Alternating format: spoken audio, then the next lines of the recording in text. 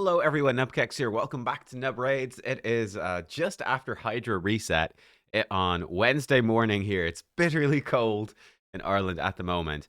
In today's video, we're going to be checking out Wight King Narses and Wight Queen Ankora in Hydra and seeing sort of what they can do. Just a quick update, I did get a ring, a stone skin ring from Hydra today for the Knight's Revenant. So Ankora has now been swapped into 4-piece bolster, 4-piece stone skin, which is kind of gross. So she gets the big protected shield and the heal every turn, but also 1 turn of stone skin, which means that she cannot have her turn meter decreased. So she will always go before Wight King Narses. And yeah, so like even if they're locked out, we've got a 50-50 that she'll decrease this cooldown of one of his skills and he'll get to go. Which is kind of cool, right? It's great. Or if she goes first, she'll cleanse, and they should be pretty much speed tuned so that he'll go directly after her. So her stats are like this. Yeah, look, we'll show you all the builds and stuff for the champions as we go. But I just thought I'd point that out. That's sort of the regearing update. Again, you can find the link in the description down below. You can see all of my current builds, right? I'm still going to try link specific builds in videos, but I'll show you all my current builds in the optimizer link down below. So let's jump in. Hydra Clash hasn't started. That's fine. What I've been trying was a few different teams. So let's go in with this team. Fairly accessible, presuming, of course, that you have Ankora and Narses. So we've got Ankora, we've got Narses, we've got a decreased defense and weaken with Lydia and increased speed. We've got a provoke and decreased speed from Vizix, even ally protection. We've got block buffs from Wukong. We've got anti-fear with Shemael. I did try without him, and Lydia against a Torment head with no Veil and no Shemael is just too much of a pain. So that's not really viable. So we put in a Shemael. So yeah, it's a fairly solid team. We've got a speed aura. And this is kind of interesting. Ankora is going to be boosted by Shemael. She's got the speed aura, which is nice. But her getting lots of extra turns. She's going to keep cleansing our team, reshielding our team, helping them stay alive.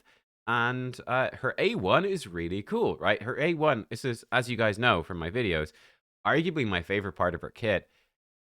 50% chance to decrease a random ally skill by 2 turns, which is so strong. This will always go to Wight King Narses if he is there. And like if basically very simple, if he does his AoE and then her A1 procs, it will reduce the cooldown of the AoE. He'll get to do it 2 times in a row, which is pretty cool. Let's jump in. Let's have a quick gander at this team and how it runs. So yeah, this will run full auto. We're fairly straightforward, really. We don't think we set any priorities. So Ankora, Narses is priority 1 on his AoE. I think he does do his A3 sometimes as priority 1. So I'm forcing him to do his AoE. Actually, let me take it off auto because I do want to show you something. Got priority 1. I don't know. This guy doesn't matter. Priority 1 on Shemael as well. To do his thing. We've got priority 1 for Vizix to provoke because we want her to lock down. Now check this out. This was the first thing I spotted. By the way, on the test server, I didn't test these guys out in Hydra together because I didn't think that they're particularly good for Hydra. I think they're really arena focused. We'll see what we think at the end of this video. But check it out, right? His A1. Extra hit on targets under shield or strengthen. Now, as you can visibly see, there are no shield or strengthen buffs out right now. Fire this off. 1 hit. Bam. 2 hits. Right? 2 hits. I didn't see if it double hit this guy, actually. Yeah, I wasn't sure. I missed that one. But I definitely saw the double hits on the other heads. So this is quite interesting. I mean, as we talked about in my CVC stream yesterday when we were using Narses, or I can't remember which video it was, he does double hit the Minotaur as well. It seems to be that the Minotaur's buff, which makes him do more damage. He does more damage. That's the Minotaur buff. Minotaur does more damage. That seems to be coded as strengthen. Very weird. And it procs Narses double hit. Here, it's also proccing Narses double hit. So that's pretty big for him in Hydra, right? That's kind of huge.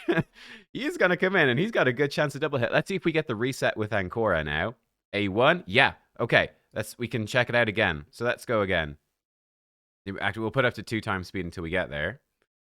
So this is the great thing about him. Again, whenever her A1 procs, he's going to get to go in with his AoE a second time, which is again, it's kind of massive, honestly.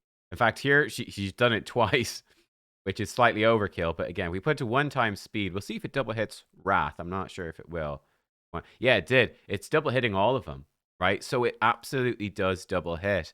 This also, by the way, will work against decapitated heads. I can confirm that too, which is pretty nice. So let's let this run properly. We've kind of slowed it down a good bit. We'll run it up to the damage cap for the like 1 key. And yeah, we'll see how we do. Yeah, Ankora, she's quite nice in the lead. Basically, she's going to be fairly consistently reducing the cooldown of Narses. She's going to be very consistently cleansing the team, keeping a shield on, keeping strengthen on, so keeping us very stable and very alive. I mean, if anybody dies, she's going to revive them very quickly as well. She's got a short cooldown on her revive, brings them back with all their CDs.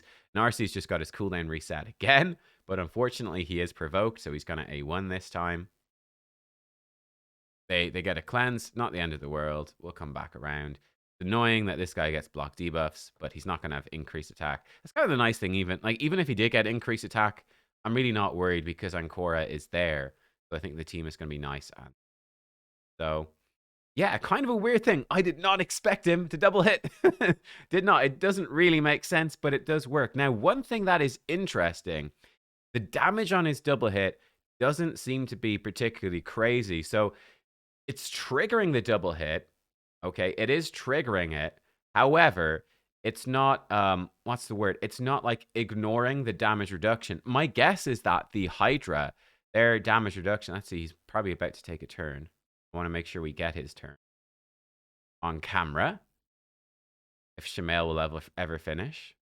There we go. That head's dead. Now Shamail can finally calm down. Pop, pop, lovely. But yeah, the damage isn't crazy. So I'm guessing this damage reduction the Hydra heads take is like a hidden recoding of the strengthen buff. So it's triggering the strengthen check mark of his A2. But however, here's his A3, by the way. You know, he's doing about 300k times 2 with 3 buffs. With 5 buffs, he's going to hit about 400k times 2, roughly speaking. So the damage is decent. Like you could see right there. Like he just, you know, his A1, less damage than the Wukong in this sense. But like his damage is pretty decent, right? These are a Shamail and a Wukong without increased attack.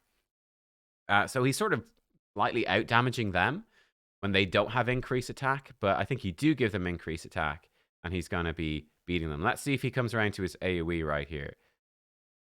Here we go. So against a decapitated head, yeah, here we go. 300k and another 300k. Yeah, it seems to trigger the double hit, but it's not ignoring the damage reduction passive, the AoE reduction passive. I think that is still applying, right? Because the damage isn't super high. And that's a big difference between Narses in Arena and Narses in Hydra, right? In Arena, Strengthen buff, he is like the best nuker against Strengthen buff because he ignores the Strengthen buff and he hits twice. So he absolutely destroys people when they Strengthen on.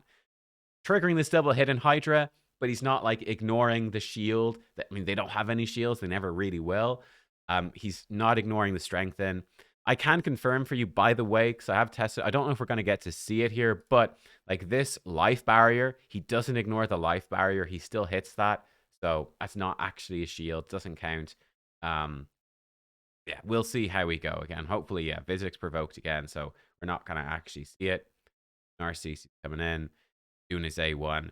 So the damage, it's fine. But I think it's not particularly crazy. But it absolutely is working. So yeah, the two of these together in Hydra, it's not a bad combo. It's doing the job. They're getting through. The fact that he does double hit is really raising his value higher than I thought. But yeah, it's not too crazy. Let it run out, and yeah, I'll come back when we've hit the 30 million. Oh, actually, there is one other thing. I always do this. There is one other thing we need to talk about. Because we just killed Head of Decay, and it reminded me because our max HP got restored. This is a downside for Wight King Narses. Because he is a HP-based damage dealer, and realistically, like Taurus gets used all the time in Hydra. But Taurus, as we know, Taurus has got this amazing thing where, with a HP damage dealer, when you lower their max HP, they do less damage because their damage is based off HP. When their HP is destroyed, they do less. Fantastic. And in Taurus, we know Taurus does obnoxious amounts of damage, way more damage than he should. And he's got takes half damage. He's got all these passives. He's got this passive that when he takes damage, it gets massively reduced, but it lowers his max HP. And you're thinking, oh, okay, that's Right, good job, Raid. You know, you put in some counterplay to Taris. Yes, this champion is ridiculously tanky. And yes, he does like a billion more damage than anyone has any right to do in this game. But there's counterplay. We damage him, it lowers his max HP, it lowers his damage. Well, no, of course not. And Taris is used all the time in Hydra with this as well, because Taris, when you lower his max HP, it does not lower his damage. He is the only champion in the game that is true for. So they specifically coded in a bit of counterplay into Taris's kit, and then specifically coded it so that counterplay doesn't actually work. So lowering his max HP doesn't lower his damage. When you lower Narses' max HP, it will lower his damage. So that's kind of a problem. Now, one interesting thing with this team, and again, we are on Brutal here, and you can see we're slamming through. Now, we are losing some health on some people, but this is something you could do with Ankora. Certainly, if you guys remember for that like week or so where they massively buffed the Head of Decay, and he actually destroyed your max HP till you only had 25% max HP. Kind of a problem, right? And you couldn't get it back. It was a massive problem. Ankora actually works quite well. She doesn't bring your team any healing, but she brings Strengthen, which is really good damage reduction, and she brings a great shield, and that's all on a low cooldown. So you can actually have a very survivable team. We've actually hit the damage I wanted to get to. You can actually have a very survivable team with Ankora without actually having any healing. So, like, no one has got heal. She's healed herself with Bolster, but nobody else has any healing. And we've got through, and I think that's pretty cool. So we can see here with Narses, 11 million compared to the Wukong and Shamael. You know, the damage, it's not too bad. So I think he's fairly decent, but I wanted to test out some other stuff and compare. So I said, okay, what if we just don't bring in Narses, right? What if we ditch the Narses? Like, yeah, he's doing decent damage, so he's bringing us no utility. What if we bring in a Mithrala, so we're getting Hex? You could, by the way, put Lydia in Curse Set. That would be really good for this. Or you could put Vizix in Curse Set even. But what if we bring in Mithrala? I don't have him in Curse Set. Mithrala gives us Hex. He gives us increased attack. And Monkey and Shamael both do good damage. With increased attack, they're going to do, what's it, 60% more? They'll do a lot more. Increased defense. Lydia will also do more. If you built her for damage, that'd be kind of nice. Lydia will do more if they increase defense. We're doubling up on... Well, actually, no, we're not. We lose the Strengthen because we don't have Narses in there. Ankora no longer does Strengthen. She only does Strengthen if he is there. So we lose that, but we get Strengthen from Lydia anyway. Now we're getting it from Mithrala. We've got lots of shields. We've got lots of cleansing. Bit of overlap in utility, but that's okay. Let's throw this in, and let's see how it compares. So... how good is Ankora on her own? Narses is pretty straightforward. He does damage. That's it. That's really all he's doing.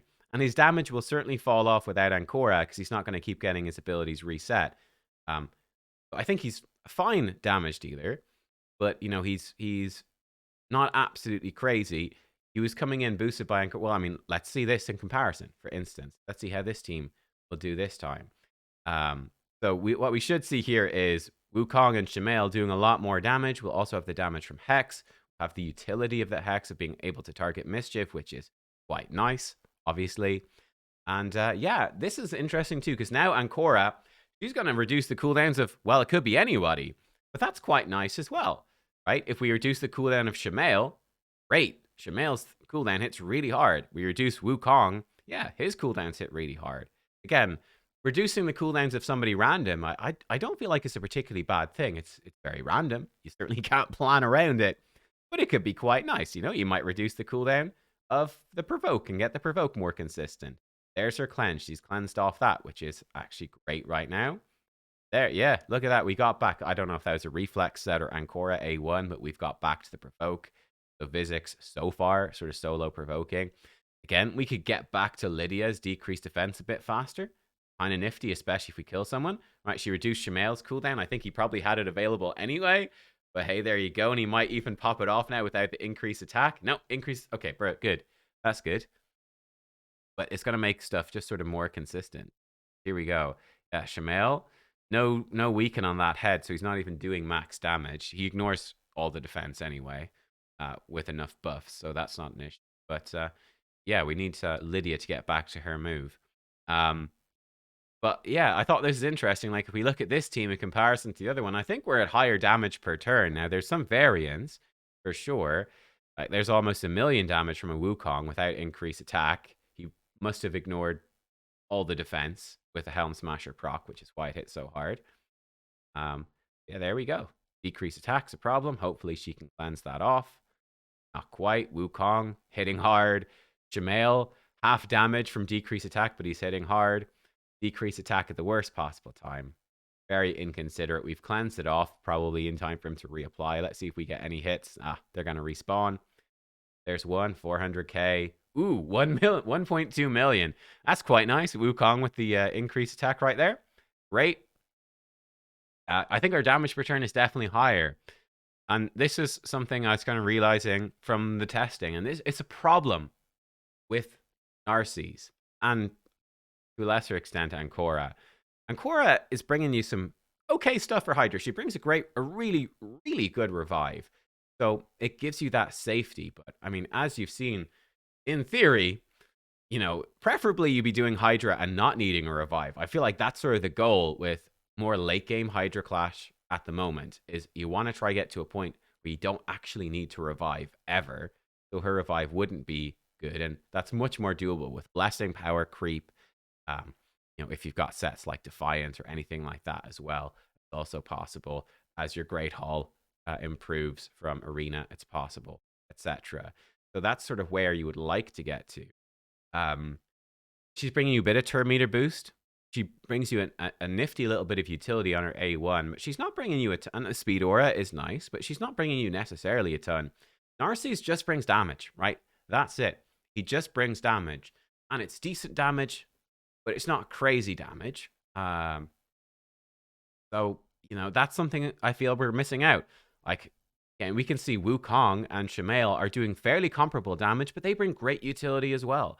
Shamail is basically making us immune to Head of Torment. He makes Head of Torment instead of a big problem. He makes it a really big benefit, and he's just an epic. Wukong that we all have, he's bringing us block debuffs, and he's stealing buffs. Fantastic utility to have. Narses doesn't bring any of that. Advantages, he's going to be in really good gear because he's amazing for Arena. Obviously, he's insanely strong for Arena, so he's going to be in some of your top gear. But yeah, I think obviously the time is not really good because we were running at 1x speed and doing stuff. But I think we've done better, I think, this time around. Yeah, bringing in the Mithrala with the Hex. Now that would have, excuse me, let's end the battle. That would have evened out a good bit. But yeah, I thought this was interesting, right? By bringing in the increased attack and increased defense, we basically upped the damage of Shamail and Wukong. You can see the Hex from Mithrala is doing plenty of damage, probably upped Physic's damage a bit as well. And yeah, that's sort of interesting. Then I thought, you know, what if we just ditch Ankora? Like, what if we don't need the revive? Now, this team is a bit more risky, but like this is the third variant. So here we've got this. What if we replaced Narses with someone that's upping our damage, bringing utility? And then what if we just ditch Ankora? We say, okay, well, we don't need the shield or strengthening because we got Mithrala, really. What if we keep a speed aura? What if we just bring in another damage dealer? We bring in Razelvarg. So I did test this. This one is a little sketchy because I've not built these champions for this type of team. My Razelvarg and Shamail are too squishy. Obviously, Wukong's not a problem. But also because they're squishy, they do put Vizix in danger of dying. So there is a chance that we just simply die here. But by bringing in another damage dealer, it's like, sure, we lose the kind of nice random A1 from Ankora. We're going to gain a lot of damage, basically. In theory, a ton of damage. So, like, we'll sort of see how this one goes, right? Give this one a go. You go in. Razelvarg's already done 3 turns already because he's Razelvarg. I built him with a ton of speed. Monkey finally gets to go. He says, hey, don't hog all the Skinwalker glory. A little bit annoying that she got targeted Vizix. That's probably exactly who we don't want to be targeted because we want her to go quickly and get the decreased speed out. Hopefully rotate around to another provoke. Doesn't look like it's going to happen. Let's see, we get smacked once, we get smacked again. This is actually very annoying because he stole, that's a bit unlucky, I think, but because he stole her turn meter, she's not going to land the decreased speed and they're going to get the cleanse off, which is what we don't really want to see. Hey, we'll leave it run. Razelvarg getting smacked, so hopefully he will be okay. And this is an interesting thing with this team, right? We take out Ankora, the damage potential goes quite possibly higher. But a couple of interesting things. Obviously, the team becomes more difficult, quite a lot more difficult, I would say, to build. It becomes a lot more challenging. Number two, Ralzavarg brings in Leech, and you can see, like, the damage dealer, certainly. Our max HP is all getting destroyed, right? So the team, in a way, becomes squishier. It's something interesting about Ankora I'd certainly consider is building a team, potentially with no healing, and just relying on the shield and strengthen to keep you alive. And, yeah, the destroy HP passive of decay just simply doesn't matter, really. You can just ignore it, which is kind of cool. So our damage right now should get pretty good, right? 3 damage dealers.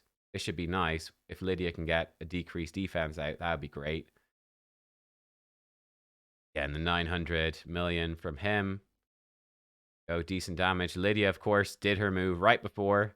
Feels bad. We only have 1 cleanse now, so this decreased attack will be a lot harder to get rid of. This was definitely going to nerf our damage a good bit. We've been a little bit unlucky, but still, that's sort of fair. I thought it was sort of interesting for you guys to see what if we switch it up and bring in a few variants of these sort of team compositions. Jamail, again, sadly, we had decreased attack on. Is really reducing that damage, but we're still pumping out pretty good damage. We've decapitated another head. And that's sort of the nice thing about this particular comp is the damage potential is very high. And like I said, this I feel is more the direction, end game, that you want to be going in, is trying to just bring in as much damage as possible, basically, right? Just, we've, as you can see from Hydra Clash and the damage people put out, obviously Trunda keys and stuff are kind of ridiculous, but being able to just sort of brute force raw damage, smash it down, is a nice way to go. Got quite a lot of benefits. There we can see like 1 million damage from the Shmail. Decent chunk from that. I guess he did more than 1 million when we factor in the Hex. 700k from a Monkey. Again, it's pretty good compared to Narses. That's one thing. Narses, he doesn't need the increased attack or increased defense to do his damage. That's nice, and certainly Ankora doesn't bring those things, so I guess it's doubly nice. But yeah, it can be sort of a weakness as well. So with this team, we started off with some bad luck, and we started off kind of slow. I think really the Vizix getting her turn meter stolen was probably the main thing. But with this one, you can see the damage like per boss turn count is way higher. Of course, with this team, I would say we've not built them properly, so there's a very, very real risk that somebody just dies. And if somebody dies, the team is screwed. There's no revive. There's no coming back. Like we are just a goner. We could obviously slap this team into like hard instead of brutal, and the enemies will be squishier, so the damage will be higher. We won't have the same multiplier, but they'll do less damage. They'll take more damage and we'll be good. So we want to hit like 31 million. That should do it, I think. Yeah, about there. So again, this team coming in, see their height, like Ralzavarg putting in a really good damage dealer. And yeah, it works really well too. So it sort of depends on the champions you have. But that's sort of my thought. Narses and Ankora for Hydra. I found it was difficult. I was trying to think of some other team ideas. I found it's kind of difficult to fit them into a team because they're not bringing much utility. So you've got to cover a lot, right? You got to get probably a block buffs in there. You got to get a decreased defense in there. You got to get increased speed, decreased speed. I mean, ideally, you'd probably like to have a burn. You'd like to have probably some sort of decreased attack, maybe. It becomes quite hard to squeeze everything in because you've got 2 champions, which really aren't bringing much utility, really. Ankora brings a little bit, for sure. Survivability for your team. Narses doesn't bring anything. It's actually quite hard to build Hydra teams with them. However, they are so obnoxiously good in Arena that they're almost definitely going to have amazing gear. And I think that's how I sort of look at this. For me, they're not top tier for Hydra. They're sort of mid tier, I think. But they're going to have really good gear. So that might swing them around to going into your teams. But I just wanted to sort of showcase this as a sort of overall thing. Oh, they're not going to show up in recently used, right? Well, let me show you the champions that we were using here today. So Ankora, she's in this gear. Again, I think it's pretty insane bolster plus stone skin. And you could tweak her stats either way. Like you could go really high speed, you could go lower speed, you could go much higher resistance, higher HP. There's variance there, but I think it's a solid enough build. She has these masteries. We had Wukong. He's in these masteries, and he is in Merciless 6-piece. He is built like this. Very good gear, I would say, for the Wukongs. But again, bear that in mind. He's in real good gear, okay? He is no slouch when it comes to the gear. The Mithrala, when she came in, she's in Bolster. Here we go. She actually lost a reaction piece, which is a slight problem. Lost a reaction piece because it got stolen by, I can't remember, somebody else. This, who else did we have there? We had Razzlevark. He's coming in speed crit damage. Would love to get him into an ignore defense set soonish. He's got just really good stats in this. Well, fairly good. He's got very high speed. The attack's a little bit low, like 7k would be juicy. 300% crit damage. He's very fast, and he has these masteries. Don't remember if I showed Mithrala. Those are her masteries. We had... Who else did we have? We had, obviously, Narses. He is in Savage and Stone Skin.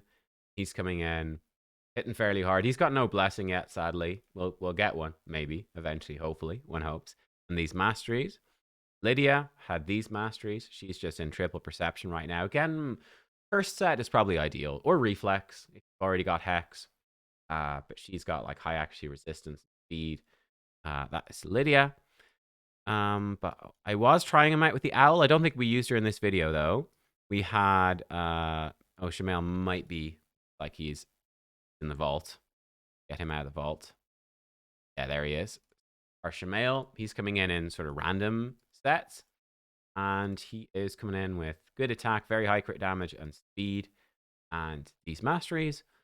And who else do we have in? Was that everybody? I don't think I showed Vizix.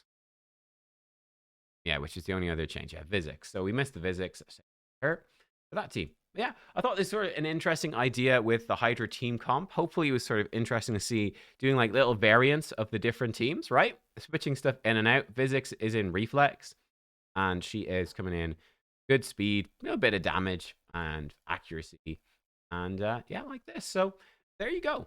What did you think of this comparison? What do you think of Ankora and Narses in Hydra? For me, I think we've covered it all. Interesting. I don't know if I'm going to be trying to work them into my teams, honestly, but they're a nifty thing to have part of your kit, especially if you've got them and they've got really good gear.